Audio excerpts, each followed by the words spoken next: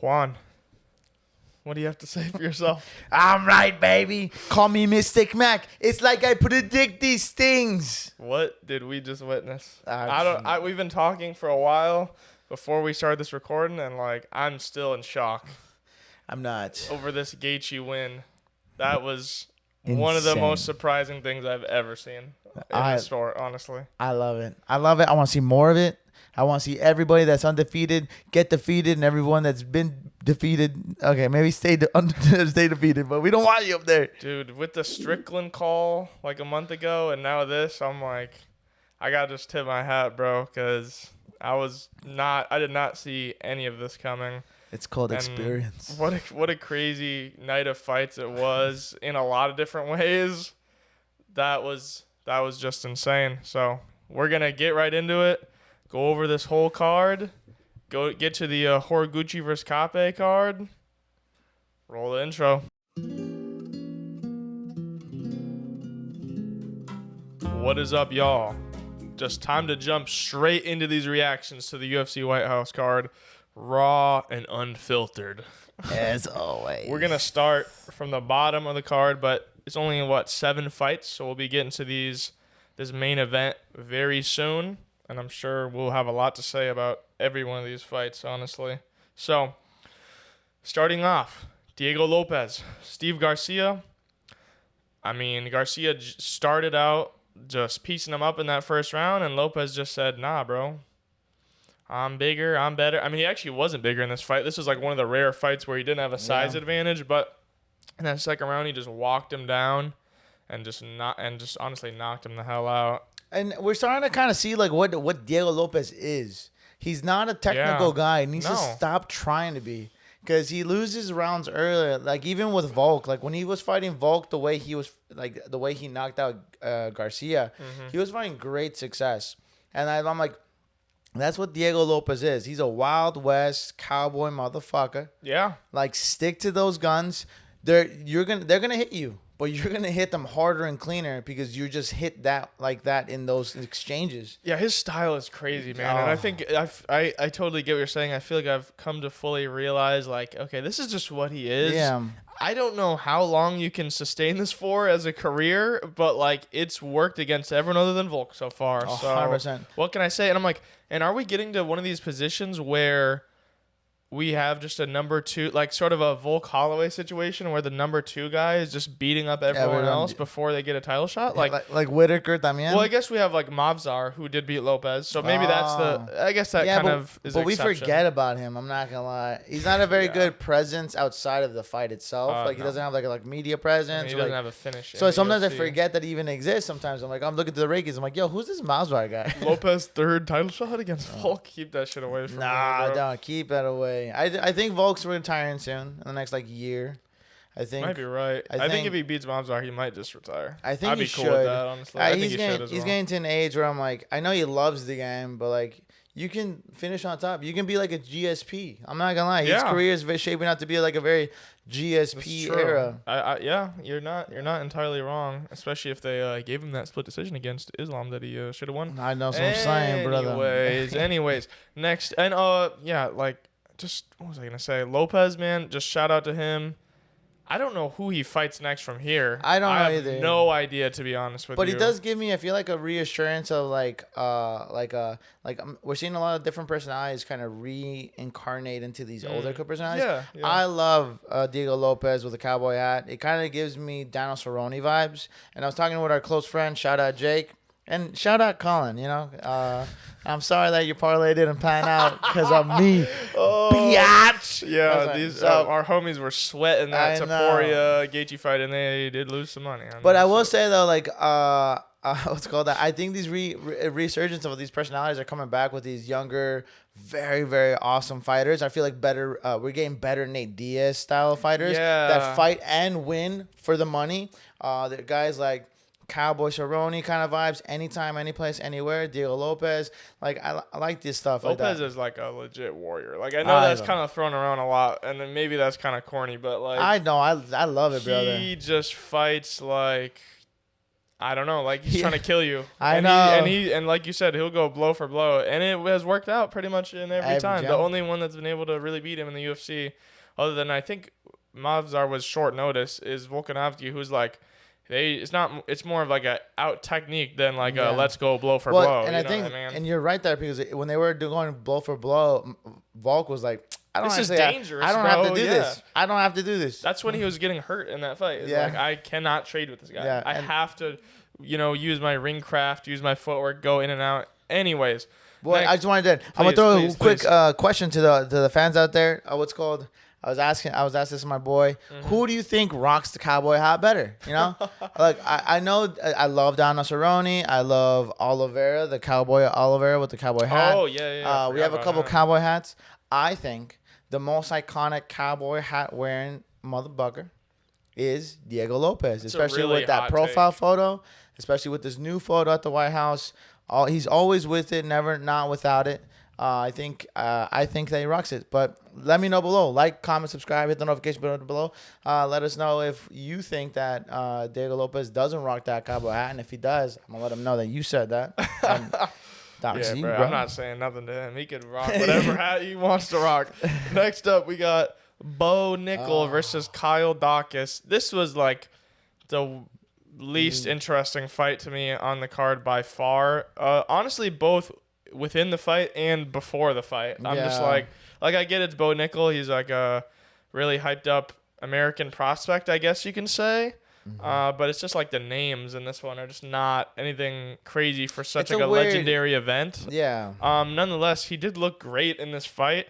If you want to attribute that to the competition he was facing, I'm okay with that. If you want to say that his striking, is getting tremendously better every fight, I'm okay with that too. I feel like I can't take too much from this performance. You know what I mean? But again, I'm not saying that as a complaint, because he did just lose now 3 fights ago to RDR. Came back, beat Rodolfo Vieira in dominant fashion somewhat, beats Kyle Dawkins in even more dominant fashion. So I'm like, I get it. He's still a prospect. They got to build him up. But I do want to see him fight a ranked opponent next. Yeah, I know. But I don't. This is my thing. I don't think he lasts really well in the higher divisions and the higher ranks as much as. I agree. But my biggest question is for Bo Nickel is like, what does he want out of his career? If he wants his belt, I think he wants to be a champion. I don't think he's done any sport to not try to be the best. I don't think these wrestler guys are built like that, But like 4 or 5 fights, not fighting prospects, like not ranked opponents, is insane. Yeah. Like, they did give him the jump though, and then they brought him back down. RDR was a pretty tough fight for him. We knew that RDR was around, but like for like moving somebody up through the ranks to give him RDRs and like not like it was an alley oop, but at the same time not a really hard competition to beat RDR comparatively to like other. If you're elite level middleweight, I guess, but. Yeah, I don't really know who he fights from here, but yeah, I do kind of agree with what you're saying. Strangely enough, I feel like he's gonna have problems in this middleweight division. Yeah. He does not look big at all to me compared to some of these middleweights. Case in point, RDR, who's a giant. Yeah. I mean, I know he's one of the bigger middleweights, but even these other guys like Kaio, Nasruddin, Hamzat, Dricus, even Strickland, these guys I feel like are gonna be way bigger than him.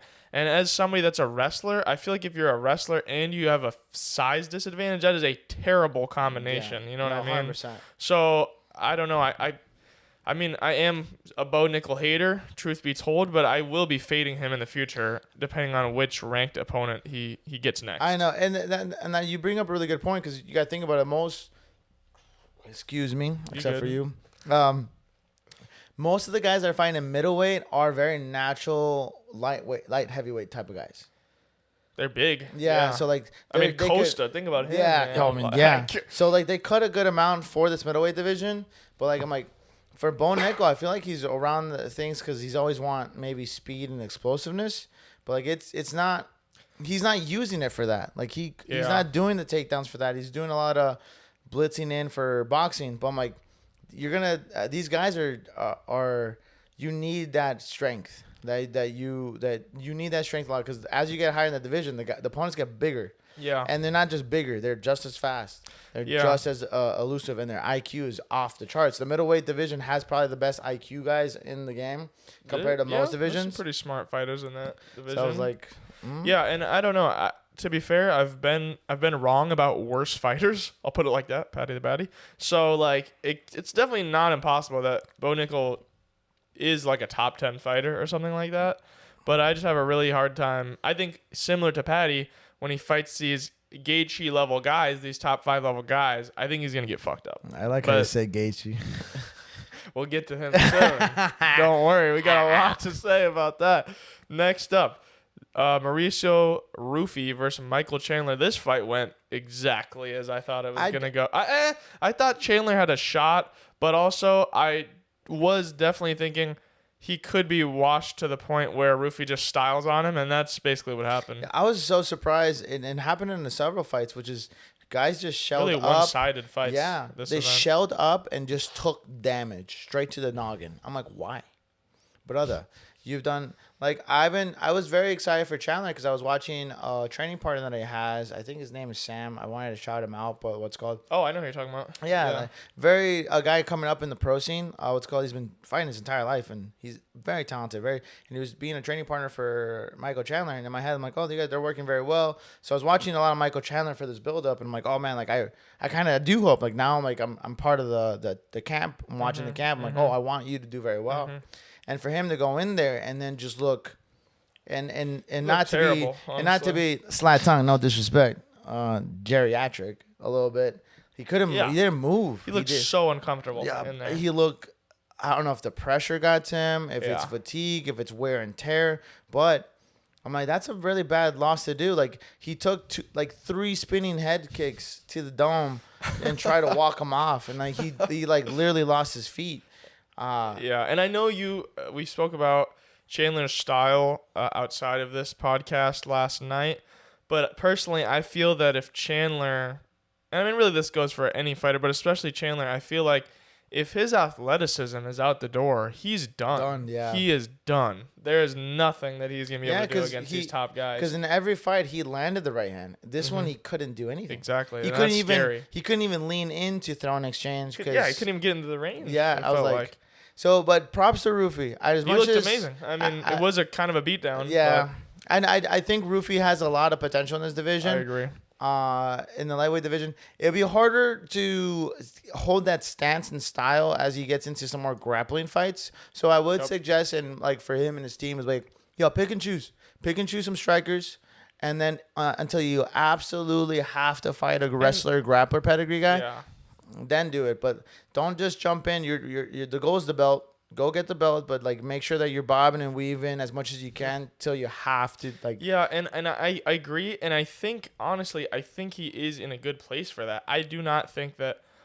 I hope he stays with Volkanovski. Truly, I really hope he just stays there. Yeah, I love the fighting nerds, but I think for a guy like him who has so much raw potential. Yeah, right. I think he needs someone who can rein him in just even 20%, 100%. which I think is Volkanovski in his camp. No one is saying that he should not fight like with this style, that he needs to just turn into like the most technically profound like fighter, but I think just someone that can just have a great game plan for him, and in those fights where he is fighting a grappler, adjust when needed, and when he's fighting a striker, I think he can do this and be okay. I agree, and I loved the way you said that. Out of all the fighting nerds, he has so much raw potential. Yeah, because he's kind of all over the place. He can do everything.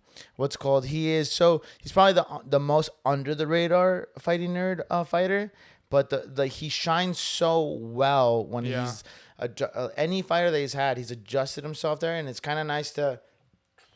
Damn, fucking soda pop. You good. Like you were saying, like with that Volk camp, it's dialing down that Instagram fighting, Instagram highlight reels, and then bringing them into that championship mentality. Be like, hey, whatever you're presented with, you're going to adjust to it and then overcome it. That's the goal. And I think that with that Volkanovski camp, he is the master of overcoming odds on like, I'm adjusting to these volume fighters. I'm adjusting to these wrestlers. I'm adjusting to this. I think that's great idea. And I think, honestly, kind of honestly have this conversation. I'm very excited to kind of see where Rufy goes up next. Like very much. I'm definitely gonna keep an eye on him. On what's going on and kind of follow him through the Volk camp, and it's awesome just to have one of our favorite fighters on his corner with Volk. Yeah, it's awesome. I'm very curious who he's gonna fight next. We spoke about that as well. He's gonna fight your mama. The division's pretty weird right now. Yeah. I honestly, I don't even want to get into it. I have no idea who he's gonna fight next. Maybe Armin we'll talk about that later. Now that's scary. Well, actually, with this white card, like all the fighters that won. Oh, You're not wrong, brother. You're not wrong, brother. With this White House card, everyone basically made so much money. They have so much momentum, so much fame, recognition, awesome. They can choose their next fight. This is the thing, and we will get to this with Sean O'Malley because that's what I'm thinking as well. But I honestly think that like, regardless of how highly you rate these people's opponents that they beat, I don't think it matters. Nope. They all got knockouts, and they all got knockouts at this event. Yes. And that, honestly, I think that almost supersedes everything. Anyone else waiting in line for a title shot. I'm not saying that's right or that's wrong, but from the UFC's perspective, it's like, and I'm not saying Rufy's going to get a title shot. That's not what I'm saying at all. But he is going to get a big fight, and that really does mean something to the fans and to the organization because these knockouts are going to have millions of eyes on them. Oh, 100%. And people are going to want to see all these guys have a big fight next. 100%. And that's the thing is like a lot of you took it out of my mouth and you put it in your mouth. So that was amazing. Yo. Next up, we got Josh Hokett versus Derek Lewis. Oh my gosh. Josh Hokett versus Derek Lewis. I'm like speedballing right now. We got this fight was fight was just kind of sad to me. I'm gonna be honest. Yeah. Like this is exactly what I thought was gonna happen. This is how Derek Lewis fights tend to go at this point in time. Either he lands the one punch or he just gets styled on, which is exactly what happened here. And he's getting slower with even trying to get that punch off. I think he needs to retire. Yeah. I don't want to see him lose like this. Hey, but he got money on this payday. Yeah. Fat money. Yeah. It's called. But at the same time, like this heavyweight division, fat and flabbies, Josh Hokett's joining this fat and flabby division, and he's really kind of cleaning up shop. He's all these guys that are slower, that are tired. I don't know. It seems like you don't, as a big heavyweight, you don't have to do ridiculous weight cutting like everybody else. But now you're weight cutting. You're just you're more exhausted. You're more tired. You're putting your body through a lot. I'm like, and Josh Hawkett's noticing that. He's like, no, I'm good. I'm set. And then he just keeps going. I think some of those grappling exchanges with Derek did kind of like gas a little bit Hokett more than he wanted to, but I'm happy that he got the finish though at the second round. I did not want was crazy. Yeah, I know. He does not know how to do armbar. Hey, I feel like jiu-jitsu class today. We're gonna show you how to do an armbar. You gotta squeeze your legs together, brother. Evan shoots a message in the WhatsApp. He's like, guys, we're watching the UFC and we're gonna practice arm bars today. But yeah, man, Hokett is just like you said, just running through this division. Superstar. Honestly, like, should probably get a title shot as soon as that's an available option. I think one more fight. I don't know, man. I feel like Blades and Lewis, like Blades was like a top 5 guy, but like, okay, how about this? How about, because this division is so messy right now. So if Josh Hokett was going to wait, that would take a long time. And I feel like his stock is so high right now and he's so all over everyone's Instagrams that I feel like he doesn't want to wait that long because we don't know what's up with Aspinall. If and when Aspinall does come back, he's fighting Gane. I think that's clear. That's clear, yeah. He just won the interim belt. I mean, I hope that's how it will work. Yeah. What about 6 Hokett? title shot. Yeah, I know, man. It's crazy. We'll get to that French fuck later. What about Hokett versus like Volkov or Pavlovich? Something like that. I was thinking Pavlovich. That is a scary fight but for him. How about this? Josh Hokett with his stardom versus Almeida. No, and I was gonna say Alex Pereira if he's staying at heavyweight. It's a weird fight, but I did think that did cross my mind. Because in my head, it's like both stardom and stuff like that. Kind of some beef right there. I don't know what's up with Pereira, man. I don't think he's gonna want to fight Hokit, honestly. I don't think he's gonna want to give him the. I don't think Pereira wants to stay at heavyweight either. His body's gone through enough already, and with this, I mean, and we'll talk more about it, obviously. But like, Josh Hokit kind of has.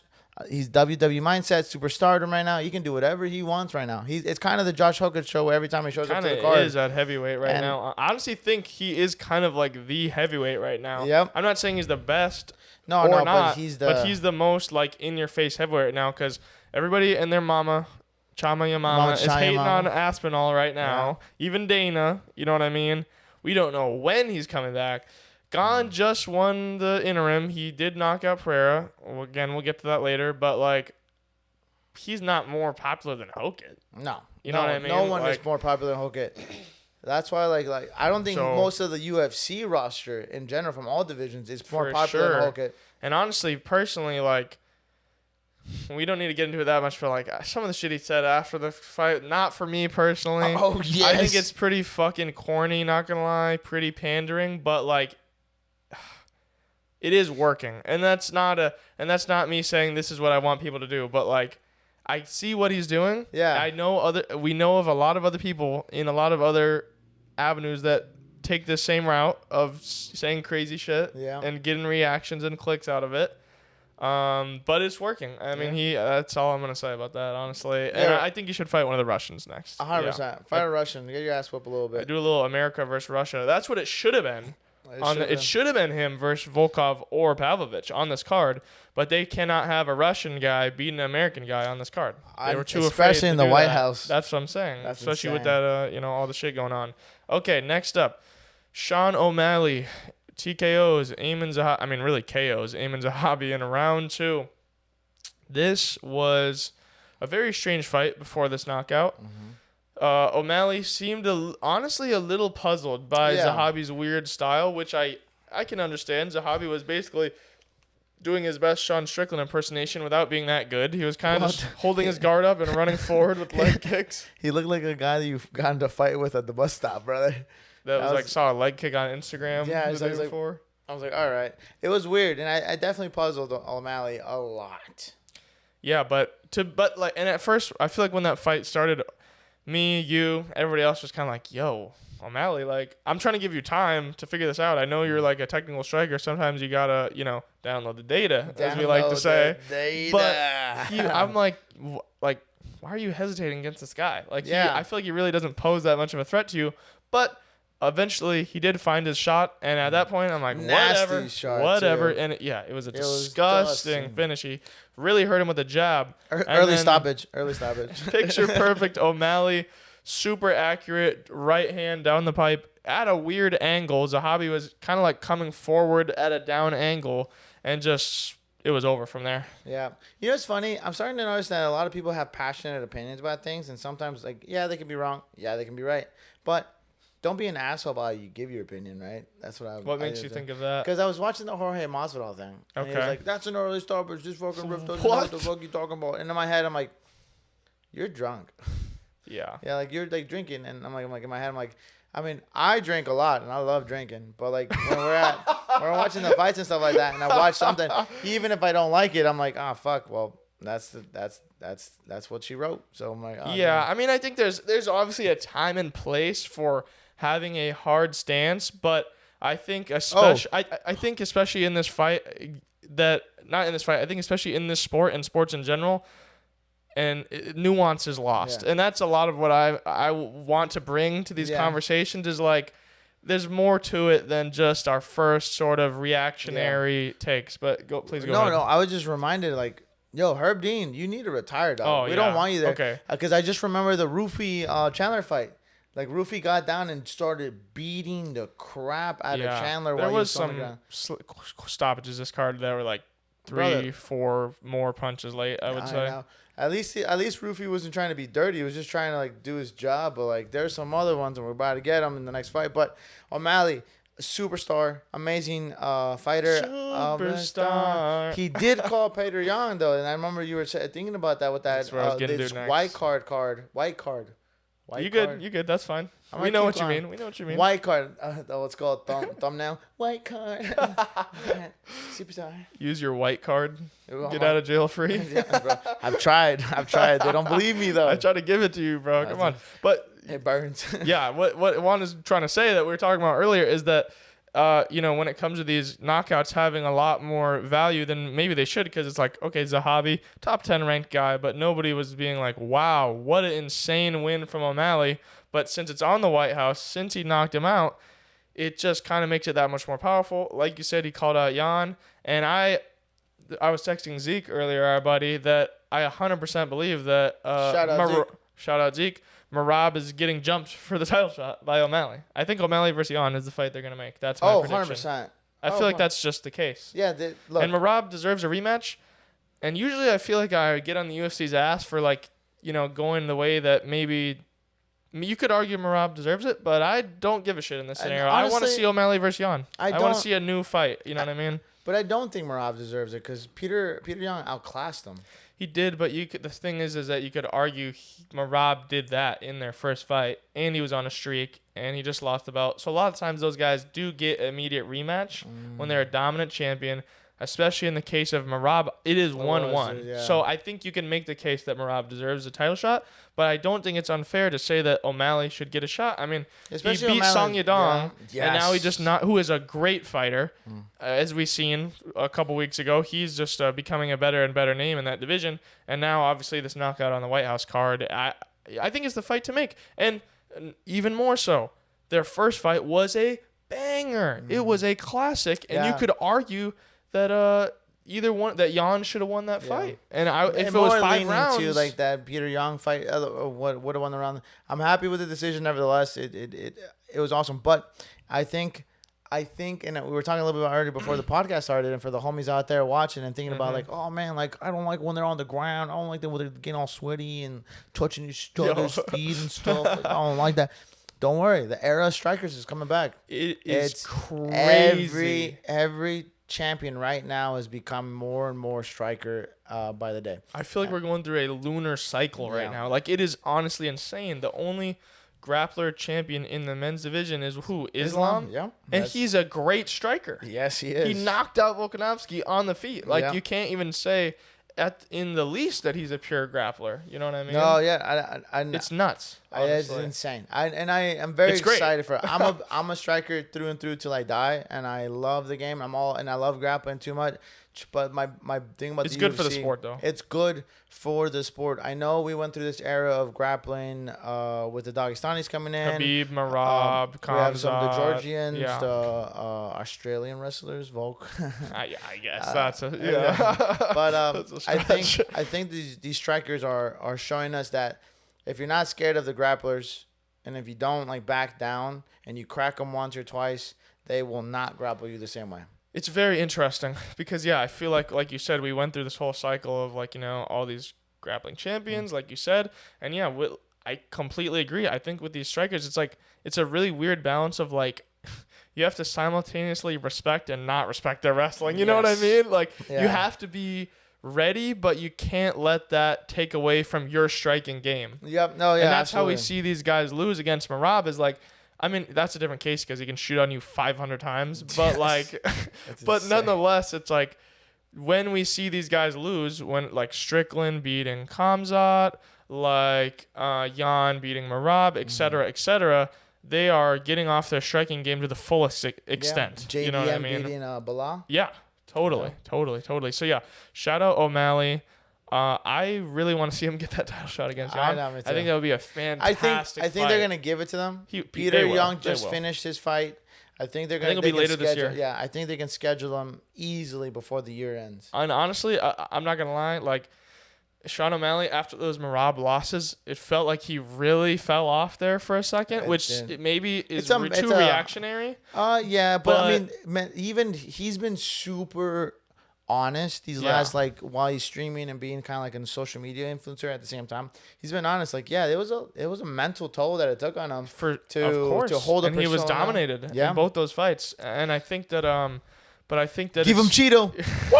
I think that it's crazy to say, but I'm probably not going to pick against Jan in any of these fights, but I think there's a really good chance that the Sugar Show can be back as a champion. Yo, shout out Travis.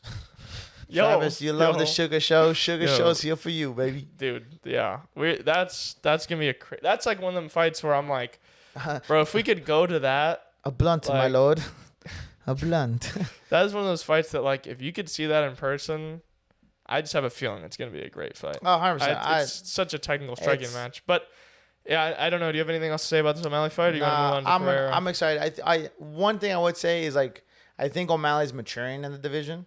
Like, that young hunger mind. Like, he had the belt. Very patient in that fight. I mean. He got the belt. He was very patient with the Song Yudong fight. And in my head, I'm like, I thought he was taking a bad approach, but I think it was a great approach. Song Yudong is a monster. Any moment he can blitz in at any time. So I think O'Malley's maturing into the veteran stage. And he just entered it. He's knowing how to point fight. He knows what to do and how to do and where to win, how to win. And I feel like a lot of these younger fighters are cooling down.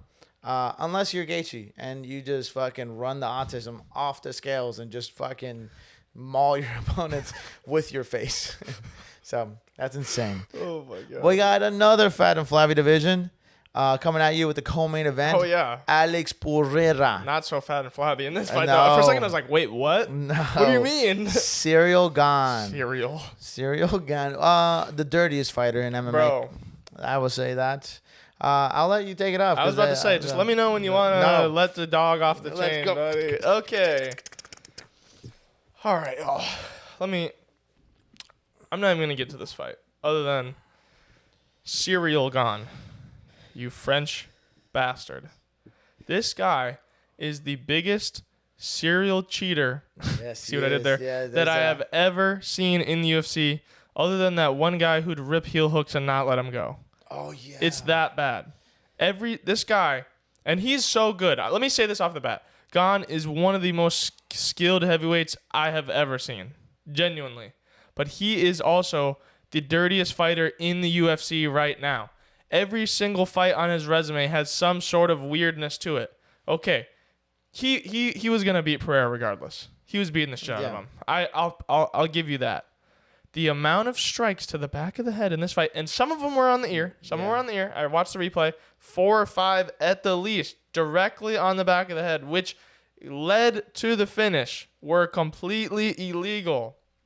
Not only that, what happened in his last fight? Eye poke. He gouged out a British man's eye. Yeah. And who has not been able to fight for like 9 months. Regardless of what you want to say about Aspinall, that's factually true. We've seen him get poked in the eye badly in that fight. What about before that? He gets a fucking decision over Volkov that he should not have gotten. Yeah, obviously. And that's not his fault. I don't care right now. Yeah. I don't give a fuck right now. It doesn't help your case. Preach. It does not help your case. Close fight. Even Dana White, you bald pink bastard, said that Ciryl Gane that Volkov should have won that fight. Okay, what about before that? I think he fought Pavlovich, whatever. John Jones, fight starts, kicks him in the balls immediately. Oh yeah. Immediately, and then gets destroyed. Yeah, 100%. Don't like either of those guys. Okay, he's eye poked almost everyone else he's fought in the UFC. Okay. More evidence for back of the head versus JDS. He finishes him with strikes to the back of the head. Yeah. That is the beginning of the end in that fight. Yeah. It's like an elbow to the back of the head or something like that. Yes, Standing. Yeah, JDM rotates and then Gane. And maybe you could argue that, why did JDS turn away? That's a fair point, but all of these things stacked together. No, we don't fucking care. I don't care about the circumstances of these things anymore. If you're getting these hard fouls in every single fight, man, that's all. You know what? I'm giving you soundtrack. Okay, I think that's what I have to say about Gane. Shout out this performance, though. He looked absolutely fucking awesome. He looked at the end of the day, baby. he did look amazing in this fight. He looked clean. He looked not clean. He looked dirty. He looked dirty. Yeah, he did well. It was a massive uphill battle for Alex Pereira to come into this heavyweight division. We knew that. We knew he has the skill set, but it was harder than I thought it was going to be, though, honestly. With the extra weighing, he was trying to play a smart fight, but it's just sheer power, sheer offensive power coming at you. It's technique doesn't beat that. You have to, weight divisions matter. Like if Finn or myself were to fight one of the heavyweights, doesn't matter what defense we put up. It's getting blown past with the sheer offense. So that's why when Alex Pereira came up, my biggest thing was like, oh, he doesn't have too much of a defense, and that's a lot to like add on to a high level title fight off the bat. I think they should have given him a bomb, but with his title, with his fame and all that stuff, there was no way they were not going to give him someone what's called like Cyril Gane, especially if he was going to make a title run. So yeah, look, do I think Alex Pereira is going to stay in heavyweight? Yes, he's going to stay in heavyweight. Really? Yeah. He's not going back down. He gained all that weight to just cut it down. 205 is a long ways away from what, 250? Yes. That's where he was fighting at? So I'm guessing he's going to stay here and probably should fight someone like maybe a Derek Lewis. Maybe like... That's crazy work for Derek, bro. Maybe not Curtis Blades, but some of these washed up heavyweights. No, man. I do not know where he goes from here. It's a complete mystery. I don't know if he's going to retire, if he's going to fight again. Yeah, I don't know. At the same time, like Pereira, like, brother, like, you've done the game. I don't think he has anything left to prove. Like, you've won the 2 belts at the shortest time amount. You've given your everything to the sport. Double champion, multiple combat sports. Yes. So, in my head, I'm like, you can end it there, but like knowing how Alex Pereira is, he's a mythical being. He is probably gonna stay in heavyweight, and he's probably gonna fight in the next year, probably. Yeah, I don't know what's next for him, but I totally agree with what you said about this matchup. It was just a much worse matchup for Pereira than I anticipated, honestly. And not to say that that's not an excuse on my part. All of these things that went wrong for him are not things that could not have been predicted before the fight. You know what I mean? Like you said Gane, just sheer bigger than him. I don't think Pereira usually goes against this level of power. Yeah, no. But the thing is that Gane outsized him, but his technique is also at that level. We cannot say that Gane just brute forced his way into beating Pereira. If anything, it was really Pereira's lack of defense on the feet that lost him this fight, combined with Gane's physical tools, because at these lower weight classes, Pereira can just, other than once against Adesanya, he has no problems just walking through the offense of his opponents and landing his own because he has that much more power compared to these guys. But in this fight, that clearly did not work because Gane had seemingly just as much power, honestly. These heavyweights just move differently. Yeah, and his technique was at the level, or you could say even better than Pereira's in this fight. You got to think about it. If you went out drinking, right, and you blacked out, and then you woke up in the morning, like from the blackout, you wake up, and I put a mic in your mouth and be like, hey, how did your fight go? And then you're like, what? So that's my head of like, what? All these guys got rocked or damn near knocked out.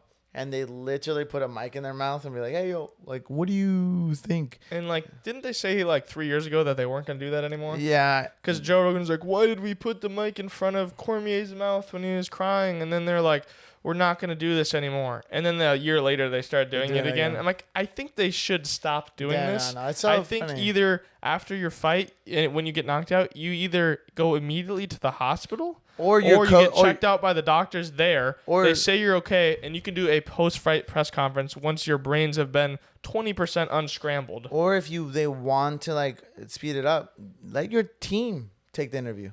The post interview, your coach, your head coach, be like, hey, look, it was a lot more difficult than we thought. Obviously, I have to talk to Alex Pereira about what, blah, blah, blah, what's called. And we're going to, I think we're going to, knowing who he is and knowing that where we've standed, we're going to go back to the board and do it. Everything that Pereira said, but instead of Pereira standing there fucking dazed, I'm like, brother, don't make it so much. Yeah, and it was an interesting sort of chess match on the feet while it lasted. Yeah. Pereira did actually land a pretty solid punch at the end of that first round. That I was like, okay, we've seen this. You know, I feel like I've seen this before where they're kind of going back and forth on the feet with Pereira. He finds his punch eventually. You know what I mean? Makes his reads or whatever.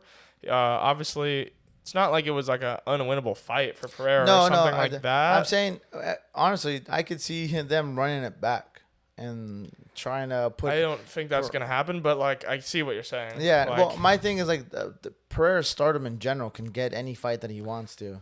That's just the weirdest. Yeah, you're not wrong. Thing. I guess that would just be a weird matchup. That would be like, hey, you want to fight for an intro fight again? Now that Cyril Gane's gonna fight Tom Aspinall, I'm like, all right. Fuck it, bro. Yeah, I don't know. I really don't know. But it's time. Yeah, fuck it. It's time. Let's go. For the lightweight main event of the night, and the left, we have a Lord fought quad, Ilia Topuria, and on the right, we got the guy that goes around and messing up your house on Christmas. What is his name? The Elf? Grinch? No, the elf thing. The little Krampus? No, the elf. Elf on the shelf? Yeah. Elf on the shelf on the right. Justin Gaethje.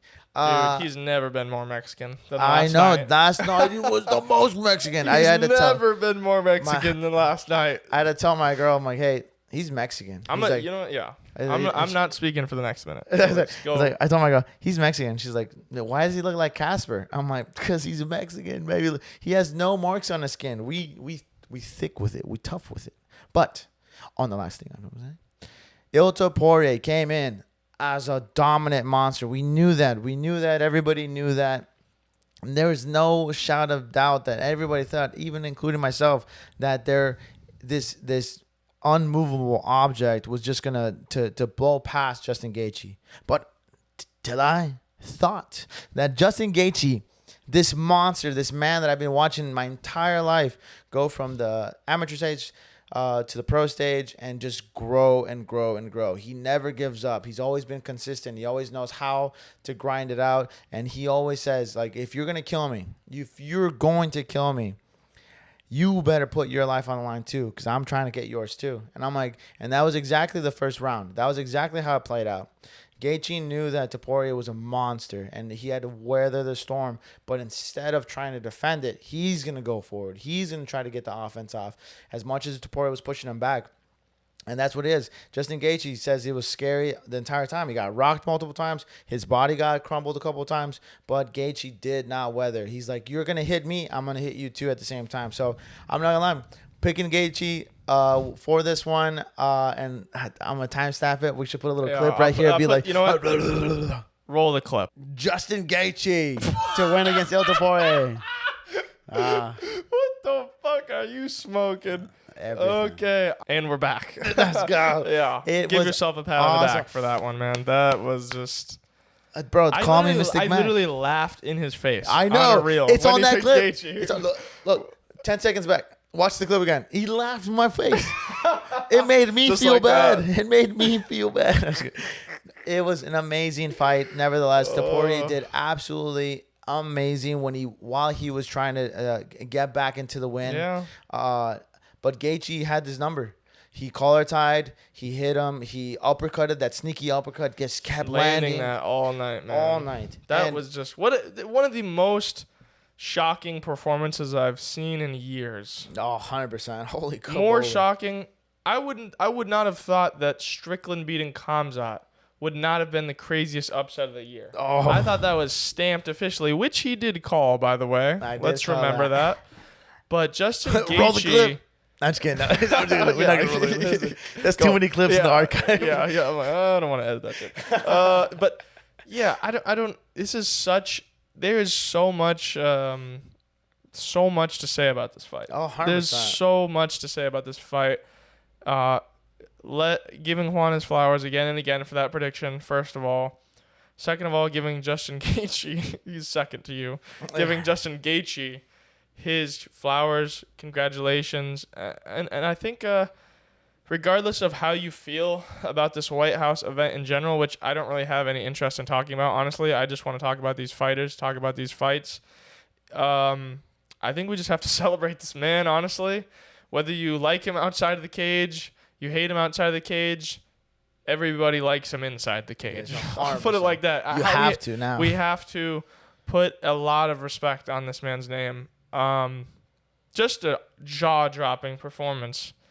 And yeah, he almost got finished in this fight, and somehow he still beat the shit out of Topuria. Like, if you asked me how this fight went, I'd be like, well, Gaethje beat his ass, even though Topuria almost finished him in the second round. Like, the ass beating outside of round number 2 was so life-altering consequential that it almost X'd out him almost dying in the second round. I mean, he got ripped with, like, bro, Topuria was literally like throwing body shots like a guy that like they're like this. How do you throw a body shot if you want to hit as hard as possible with no form? Yeah, you know what I mean. He's throwing his entire body into it. You know what I mean? No, and I think and I'm not saying that as an insult, but like that is how fucking desperate he was in that moment and how close he was to finishing him. He literally dropped him with the body shots. It is, but like that onslaught like took so much of Topuria too. We could tell right towards the end of the round. I think so. Because when he got on top, like he could have done more. But this dude was breathing. You gotta let alone. That's after his nose being damn near broken. That's true. His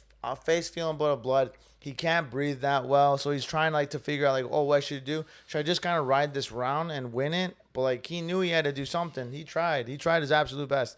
Topuria is an animal. And I don't think that this is the thing. I think you're right.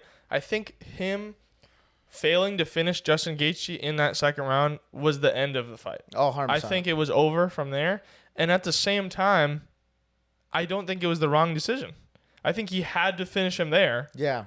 Or he was just going to be out jabbed, out uppercutted from the clinch for the rest of the fight. I think that was the right move, honestly, to try to finish him, use everything you have in that second round, yet it's still lost in the fight. The only thing I would say is like, and again, I think maybe all his energy was gone already before he got on top on the ground. Mm-hmm. But I kind of think that like, in retrospect, maybe going to the ground with him was a mistake. Yeah, I think if he made him stand back up and hit him with 2 more body shots, the fight maybe honestly could have been over. Oh, 100%. Like, it's very possible. And I get why he would go to the ground with Gaethje. I genuinely was pretty confident he was going to submit him in that scenario. I just didn't realize how tired he was at the time, especially when Gaethje almost gave his back. I'm like, well, we've seen this before. Yeah.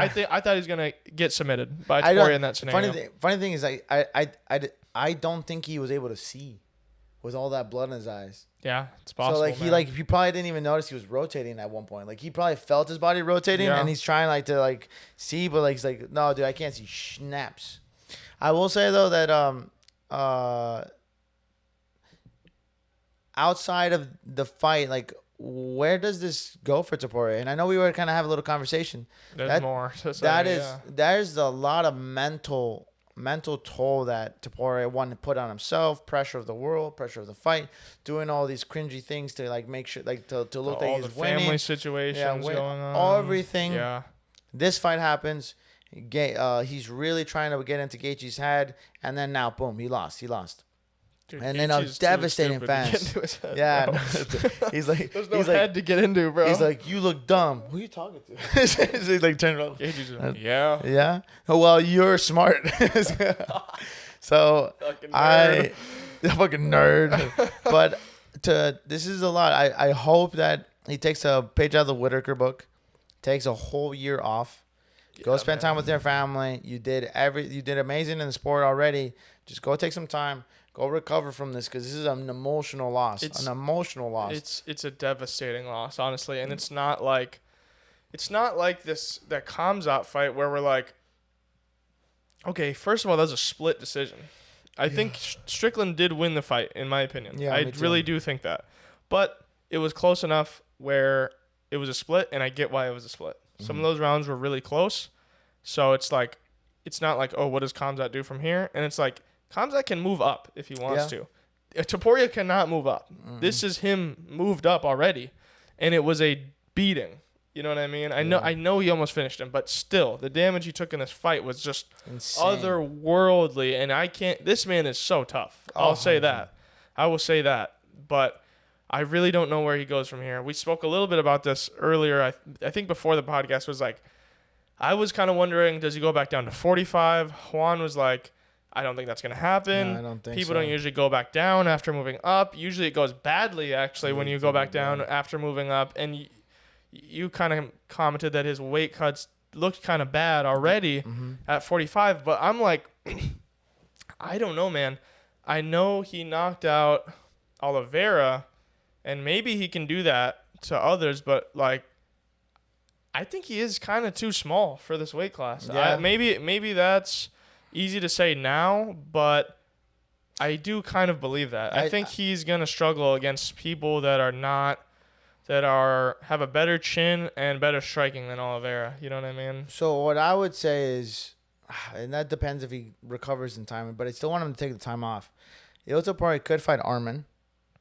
If they're not going to give Arman the fight physically too, but it's like you can't avoid it. I kind of think Topuria would do much better because he's such a good dominant. He's very good at grappling. He's a great grappler. That's true. So I can see him doing very there. But the problem is like, if Arman's not, but that's a whole year off. Like let's say Topuria is healing. Arman might be champion by that time. We don't know. We don't know what's going to happen. Who does Gaethje face next? Does he face Arman? Does he face Oliveira again? Does he face this? I got you. All right. I got you. Just tell me. And honestly, I probably said this a lot, and we were talking about it before. Again, I've been in shock because I just feel like this is one of the most like UFC like history altering cards. Like the way that I thought things were going, they are not going to go that way anymore. Especially even with some of the past cards with the Khamzat loss. Yeah. Now with the Topuria loss, with the Pereira loss, things have really been shifted up, and it's exciting, but it's also kind of confusing and devastating at the same time. But this is what I think. This is what Dana White wants to happen. I think I'm linking up as you're building this up, and I don't think this is gonna happen, but it's not impossible.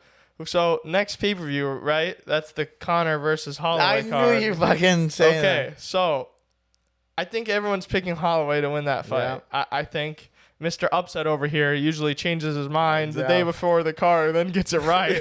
So maybe he'll pick McGregor and then McGregor beats the fuck out of him. But I really don't think that's gonna happen.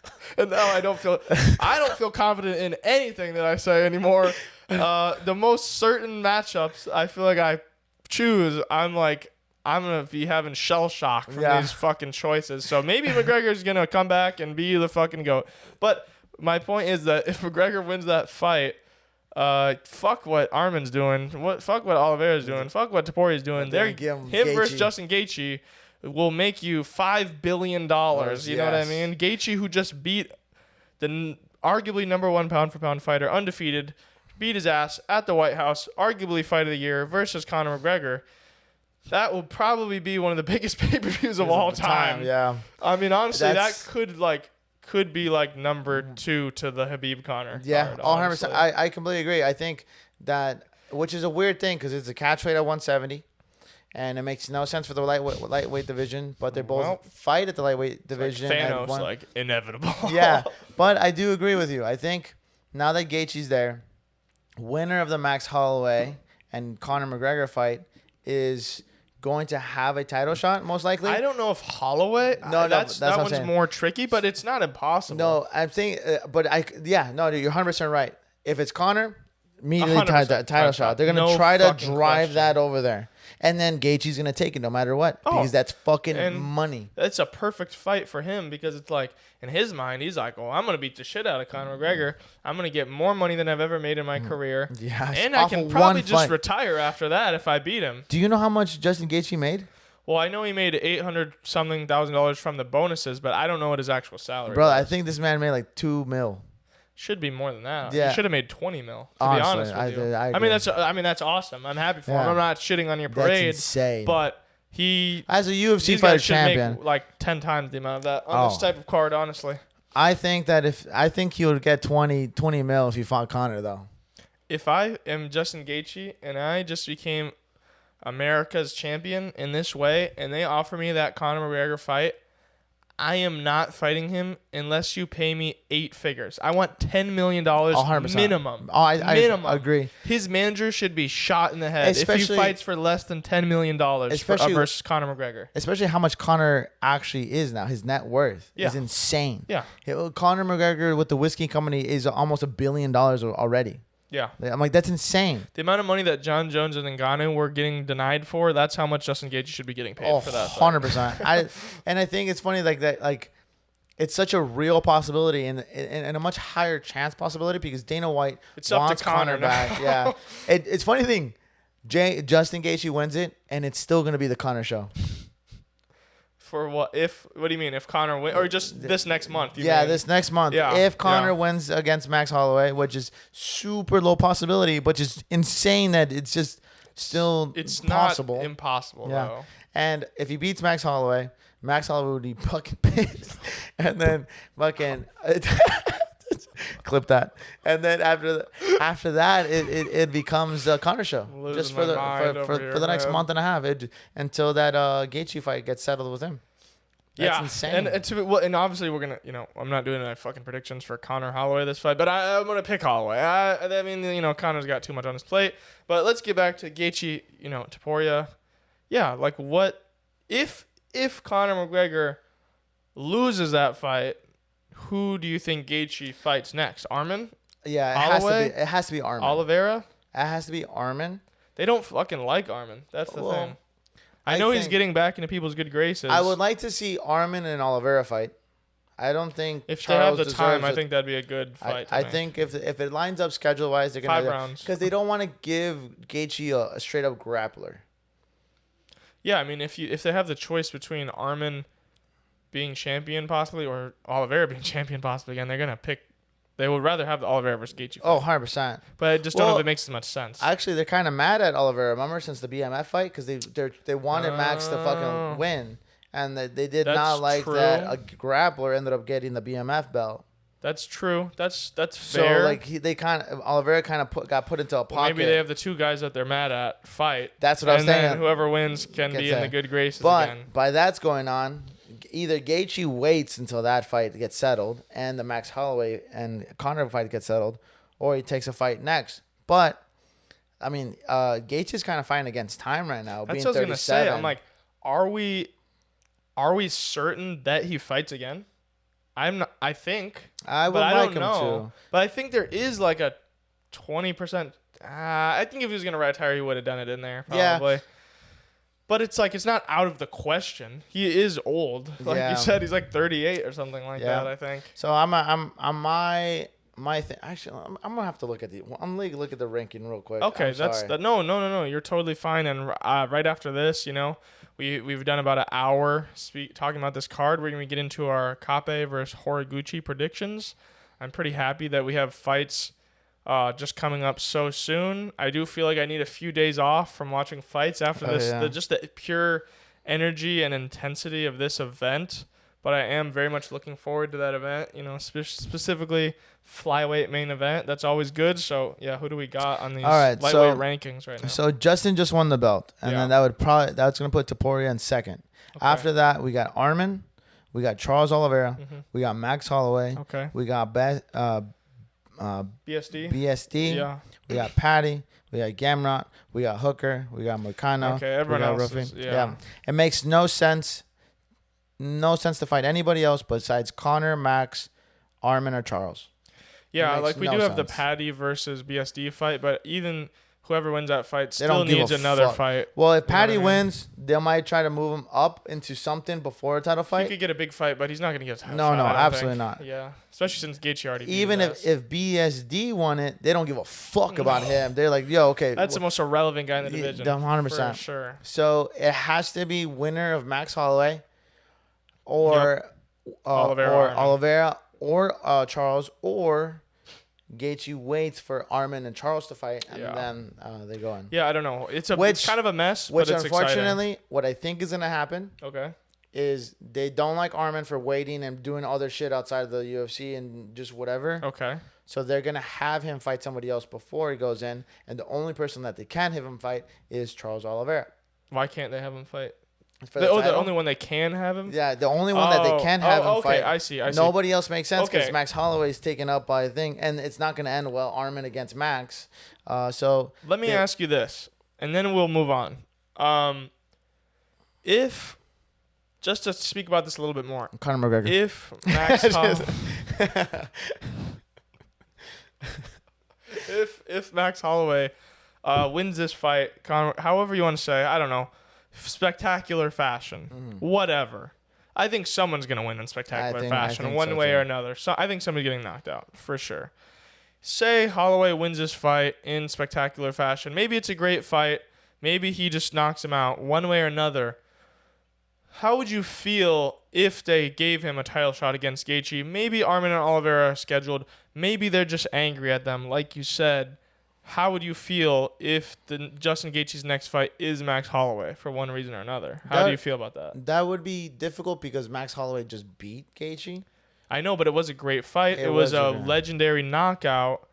And, Holloway in the title picture again. I don't think anyone's necessarily going to be mad about that. I would like that fight would make more sense and be more fun for the fans, for the organization, than a dominant grappler like that's Charles the thing. Arms. It's like I think so they're going to lean that way as much as possible. But the problem is this: I don't think if Max won, I don't think they would give him the title fight. Just because they're like, oh, whatever, it's McGregor. Whatever. Well, if they wouldn't, because they would try to feed Max into Arman or Oliveira again, which is insane. This is kind of like it's kind of getting messy, man. Quadruple relationship right now. Totally, totally. They can go any direction they want, but we know what direction they want. Yeah, for sure. I feel like I can get the order of who they would want to get a title shot. Nonetheless, that was UFC Freedom 250. We're going to hop into these Kape versus Horiguchi predictions. We're going to speed run this bitch. Yeah, I feel like we kind of have to. spoke a lot about this card. I don't want this video to be 17 hours long, so honestly, I'm going to tear through these prelims real quick. I'm going to do Shane Collins on this one. Yeah, so Shane Collins against Otori Tanzolivi. I fucked that up. No, I don't fucking know how to pronounce it either. I got Shane Collins' decision. Yeah. Next up, we got Leon Shabazian versus... Levan Shokli. I'm going to go with Shabazian by round 1 submission. Next up, Carol Rosa versus Luana Santos. This is actually a solid fight. I've seen a lot of Carol Rosa fights. I'm going to go with her by decision. I think she's going to outpoint her on the feet. I'm going to do Santos. That's fair. Next up, Michael Aswell versus Gaston Bolaños. I don't think Bolaños is very good, so I'm going to go with Aswell decision. He's insane. Next up, we got a flyweight fight. My favorite. Yes. Mitch Raposo versus Alan Nascimento. This Nascimento guy seems to be quite good. He has a win over some legit flyweights, so I'm going to go with Nascimento decision. I'm going to go with Nascimento, too. I'm not going to lie. We got Bia Mesquita. Okay, now we're getting the parts where I actually have something to say about most of these fights. Bia Mesquita, what is her name? Her nickname? The Lady Goat. This is the lady that I've been talking about a lot. What? The jiu-jitsu world champion or whatever that has like 20 fucking gi gold medals or whatever. Been like submitting everyone in the UFC, destroying them. I'm not going to be picking against her until she fights someone like really, really good. So I think Mesquita by first round submission is the way to go. This next fight though, sorry, I didn't mean to skip over the women's fight. No. What is going on? That's why. Remember I told you. I know. I didn't know that. Did Fili take this in short notice? Bro, we talked about this last night. Andre Fili on short notice versus Vinicius Oliveira. That's a dangerous fight to take. I can't even remember who the original opponent was. It doesn't really matter. This is a scary fight for Fili. Vinicius is like, I know he lost against like Mario Batista, but like that loss has aged really well. Batista's a beast. Technically one of the best fighters in the division, maybe. Vinicius, kind of like, not the same style, but kind of like Rufy in the terms of like you can just see the raw potential in this guy. He's just so aggressive, so powerful, really physically strong, and I think he's gonna knock Fili out in this fight. I'm gonna choose my boy Fili, but I totally respect. I'm not gonna count my boy out. I think he since the last time we watched him, we knew that he's leveled up in a lot of what he does.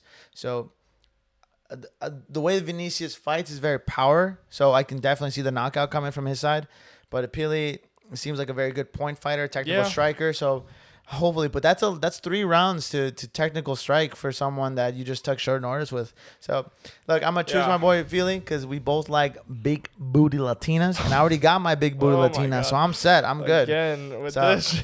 So you Fili, come on the podcast with us. For real, we could talk about it. We would talk about the big booty Latinas all day. Si tu quiera. Next up, we got Murzali Magomedov versus Melsik Bagsadarian.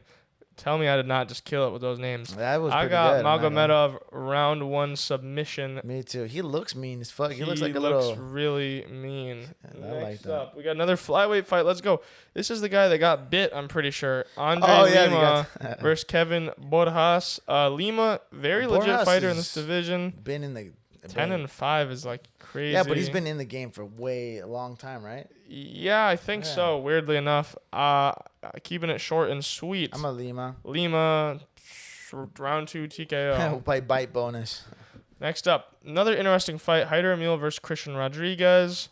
Both these guys kind of like stuck outside the top 15. Solid fighters. C-Rod, I feel like he had some slight hype after beating Raul Rosas, but I'm gonna go with Emil by decision in this one. Why do they keep putting this motherfucker on co-mains? Chubali. Kutalaba? Yeah. Wait, what the fuck did you just say? Why Chubali? I don't know. Cute lava. No, you good. Co-main event, we got Ion Kutalaba versus Navajo Sterling. Last few fights, I've become kind of a Navajo Sterling like fan. Yeah, honestly, me too. He seems like a really solid striker. Really, really big for this division. Yeah, humongous. Funny thing though is like I was looking at Kutalaba's record, and I knew he's had a very respectable career, but like almost exclusively he beats people that are not that good. And like if you're a legit fighter, you will beat Kutalaba. Other than Khalil, I think he submitted Khalil, which is pretty surprising. That was years ago, nonetheless. But I do rate Navajo Sterling pretty highly, so I am gonna have to pick him in this fight versus Kutalaba. But I'm just giving Kutalaba the credit of he is always dangerous. You know what I mean? He's a very game guy.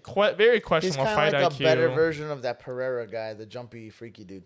Kinda, yeah. Like slightly, like very slightly. Yeah, it is very questionable fight IQ, but I'm gonna go with Sterling round 2 TKO in this fight. I'm gonna do Sterling round 1 KO, 34 seconds. Yeah, I think he has.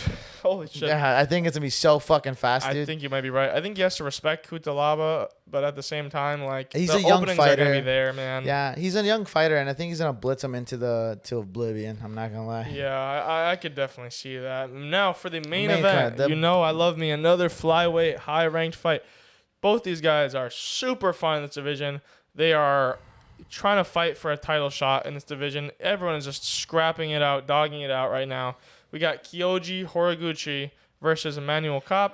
Really interesting careers from both these guys. Horiguchi was in the UFC like about a decade ago at this point. Fought Demetrius Johnson, you know what I mean? He had a title shot. He's always been a greit fighter. Went over to like Ryzen and Ryzen or 1, I can't remember. He got knocked out by Kai Asakura at one point. Oh, wow. Came back and then knocked out Kai Asakura. Oh, wow. Just really interesting. Yeah, I know. Really interesting stuff going on. I mean, he has 41 professional fights. And then on the other side, we have Emmanuel Kape, who also, I think he was a Ryzen fighter. Really hyped up before he got to the UFC. Got to the UFC, lost his first 2 fights. One of those losses was to Pantoja before he was champion. Yeah. So we're like, okay, that doesn't mean anything. That's a totally fine loss. And he looked very gun shy early in his career in the UFC. Most recently, we've seen him get on a knockout streak, I believe 3 in a row. He is not gun shy. He is deading these guys in this division. He's kind of like scariest strikers. like a rabid animal inside there. He's like a little mini Yoel in there almost. That's you know what I mean? That's like, actually a really good. Very, very explosive and pretty well rounded. Like he's a pretty good anti-wrestler in there. You know what I mean? And this is a really interesting fight, technically speaking. I wanted to go with Horiguchi. I feel like he's just kind of a fan favorite, funny enough. Really? I would think maybe because I don't know about Horiguchi like that much too well. It's like Instagram people that love him. So I'm gonna go to Kape. I've always liked that height, and especially I just think that he just doesn't give a fuck, and I feel like that's gonna play a lot to. I feel like if he respected the Horiguchi name, he'd be like, I don't give a fuck. No, I think Kape is going to win, and I'm not going to lie, this guy's kind of a piece of shit. I'm not going to get into that too much, but Horiguchi? Kape, bro, he's kind of he's said some crazy shit after his fights before. Like, he has said some wild shit about specific groups of people. Really? But nonetheless, in the cage, that's enough to say some bad words. I'll put it like that. I love bad words. But yeah, I wanted to pick Horiguchi in this fight, but I just feel like Kape is going to find the shot. I just kind of feel that way. Okay, so do you think that Horiguchi's IQ is probably going to be his best weapon? Yeah, I don't think he's going to lose from the IQ. I think it's likely going to be a close fight either way, even if Kape eventually finds the knockout, but I've just been really impressed with what I've seen recently. He has too much steam on him, Kape, to see anything. It's to slow down. So I got Kape. For sure. Honestly, I'm going to go decision. Because I think Horiguchi is going to play it smart, play it safe, play the game, lose some rounds, but try to gain everything back. I don't think I took that into account enough, honestly. Like, this could just be sort of a technical striking match where Horiguchi is just, like, really trying not to get knocked out. Mm-hmm. I'm going to pick Kape to get a third-round TKO in this fight, but the more I'm thinking about it, I do think a decision is actually pretty likely in this fight. But, yeah, that's going to be it from us. That's everything I got to say about this episode. What a fun weekend it has been of fights, a crazy weekend of fights. That's going to be it from us. Please like, comment, subscribe. Hit that notification bell. Hit that. I'm going to do it one more time. Say it one more time. All right. That's going to be it from us. Like, subscribe, all that jazz. Don't forget to comment below. Hit that notification bell. Let us know what you think, to let us know what we think, so we can inform you about what you told us to tell you, so you could be a better you about how you want to learn about things in the game. So, thank you guys. Y'all. Thank you. Do your chores.